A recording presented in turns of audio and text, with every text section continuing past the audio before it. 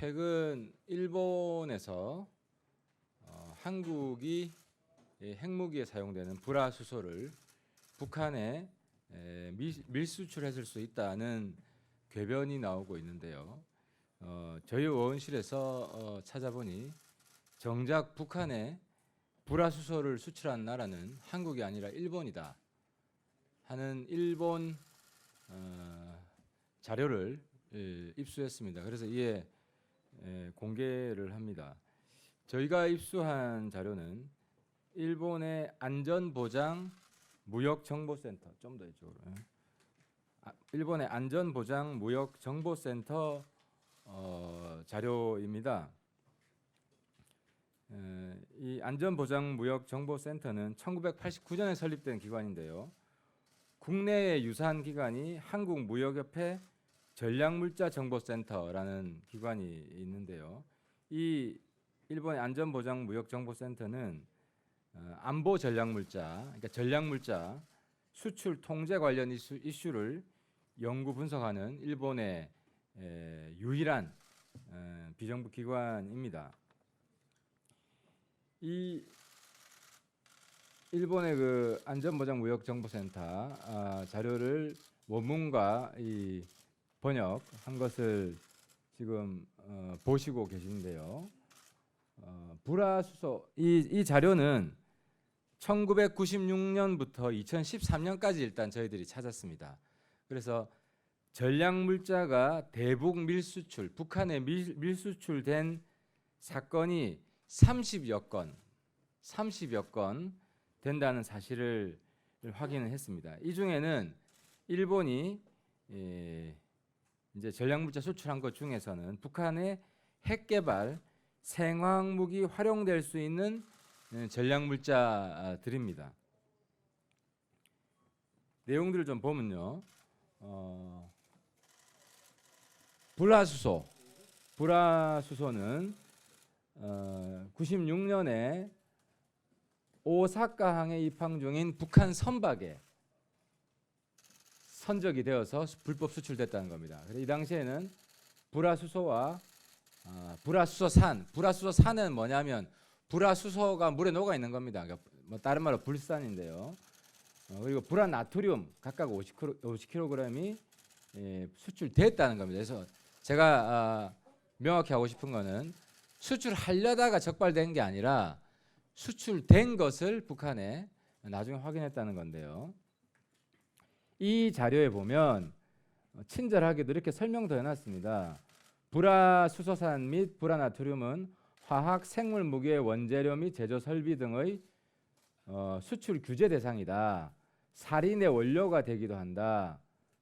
그리고 이 재미난 것은 이 건은 북한에 긴급 지원 쌀을 보내기 위한 북한 선적 화물선, 그러니까 당시에 북한에 식량난이 있어가지고 그 긴급 쌀을 보내려고 했는데 그 쌀을 보내는 배가 이용된 부정수출이다 하는 내용입니다.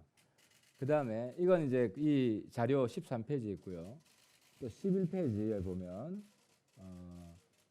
3차원 측정기, 이건 이제 북한은 아닌데요. 핵개발 시설에 사용된 겁니다. 내용은 뭐냐면 일본의 핵개발에 사용된 3차원 측정기 2대가 말레이시아에 수출됐는데 그중 한 대가 나중에 리비아 핵개발 관련 시설에서 발견됐다는 내용입니다. 시기는 2001년에 됐고 2001년 11월이네요. 11월이고 경제산업성의 허가를 받지 않고, 여긴 경제산업 대신이라 되어 있는데 우리 장관입니다. 경제산업상이죠. 허가를 받지 않고 싱가포르를 경유해서 말레이시아에 2대가 갔다. 밀수출됐다. 근데 그 중에 한 대가 이제 다시 리비아 핵개발 시설에서 발견이 됐다는 겁니다. 이 외에도 추가 자료 좀.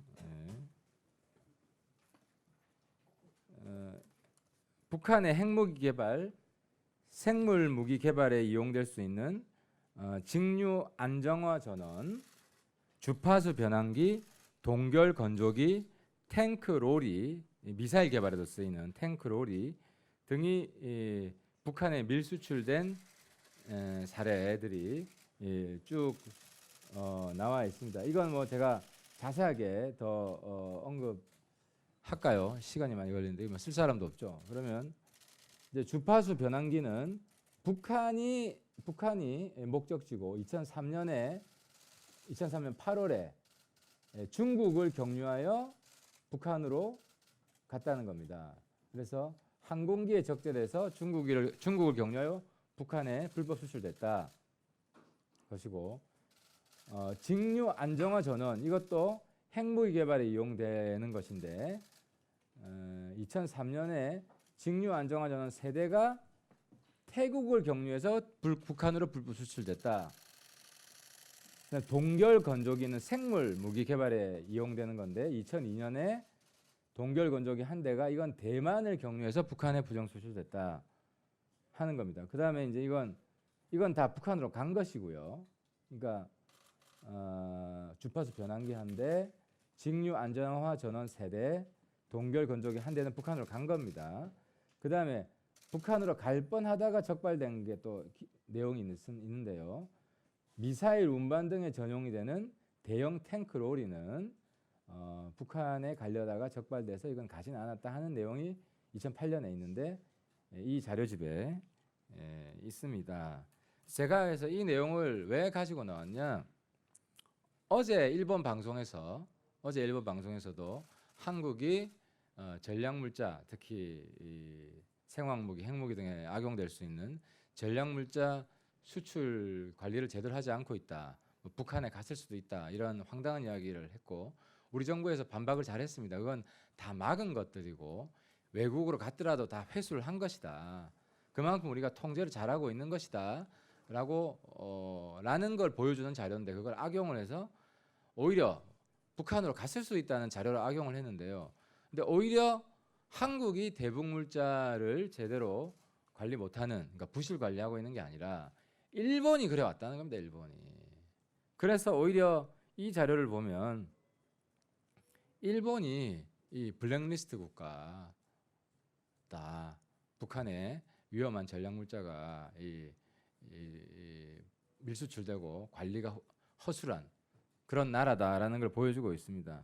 그래서 제가 결론적으로 드리고 싶은 말씀은 지금 뭐 한일 관계가 최악으로 되고 있는데 일본이 이런 감정적인 대응을 하면 안 된다. 택도 없는 말도 안 되는 억지 논리.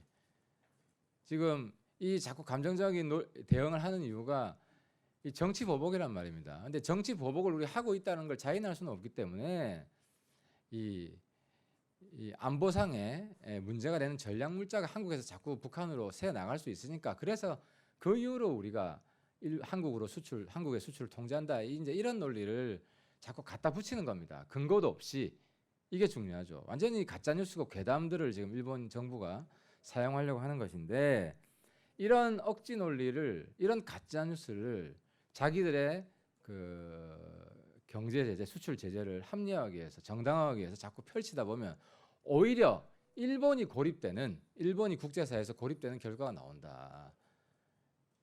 일본이 잘못하고 있는 거, 일본의 허점, 일본의 대북 부실 수출 관리 이런 것들이 나오니까 일본이 이런 억지 주장을 자꾸 펴지 말고, 저도 한번 한일 관계를 우호적 관계를 만들고 싶지 낙화시키고 싶겠습니까? 그러니까 우호적인 관계를 만들려면 일본이 억지 논리를 펴면 안 되고, 일본은 즉시 이 한국을 향한 부당한 수출 통제를 철회해야 된다. 이 말씀을 마지막으로 드리겠습니다. 감사합니다. 그리고 이게 이제 원문입니다. 저희들이 뽑은 아까 우리